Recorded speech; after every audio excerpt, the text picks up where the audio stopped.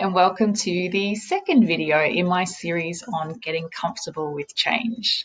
Now, just in case you missed it, my first video, I talked about changing before you have to, or setting about making deliberate change in your life. So if you didn't catch it, I'd suggest just hopping back and having a look and having a watch of that just before you listen to this one.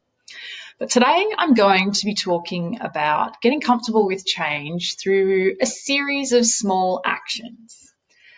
So with this process, I always say that you should start with the end in mind.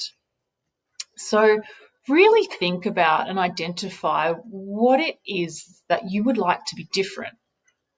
And what a different outcome might look like in that scenario. So think about what it might look like, what it might feel like, what you might be seeing once things have changed.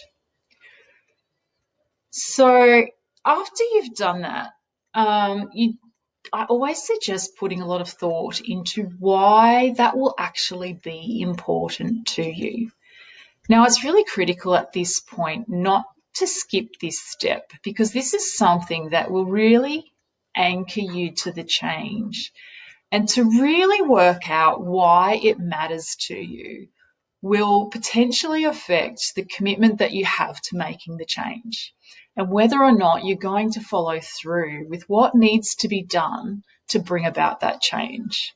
So sit down, really identify what you would like to change, and then why it's important to you, and why you want to see change in that particular area, and what that will mean to you, and also what difference that will make to your life. Really think about the positives.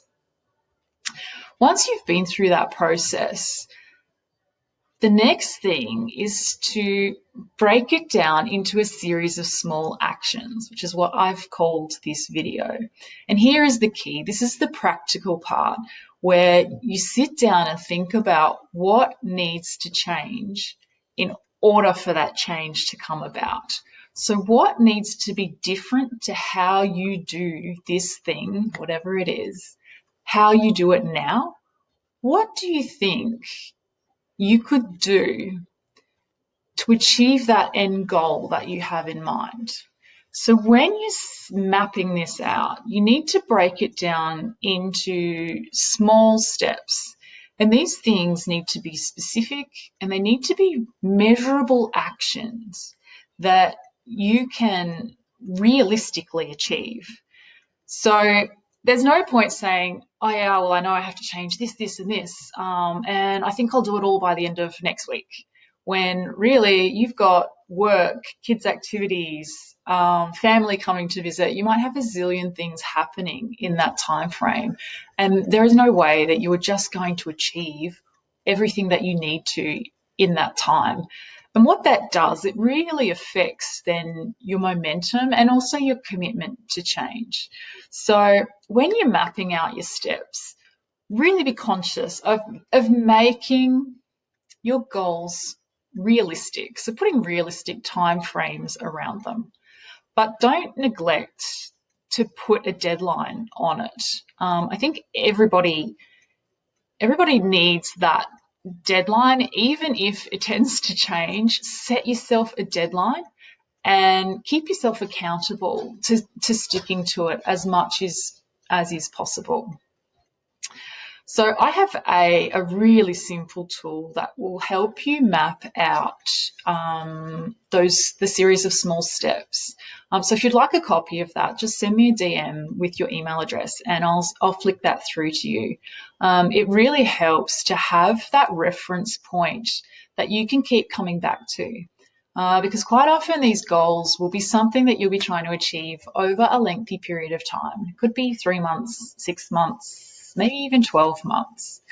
And we tend to, we might get distracted along the way. So it really helps to have it mapped out and to have a record that you can come back to and say, well, okay, yeah, I achieved that in the time frame that I set myself. Or you can reflect upon it and say, well, I haven't quite achieved that in the time, but my time frame wasn't really realistic. So I can improve on that for next time.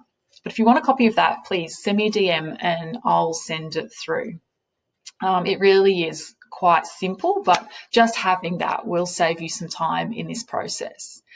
So if you can break it down into a series of small actions that you can achieve and that you know are achievable, this would really help keep you on track and stay committed to making change. You'll also find that this is a process that you will get better at with practice. And really starting small.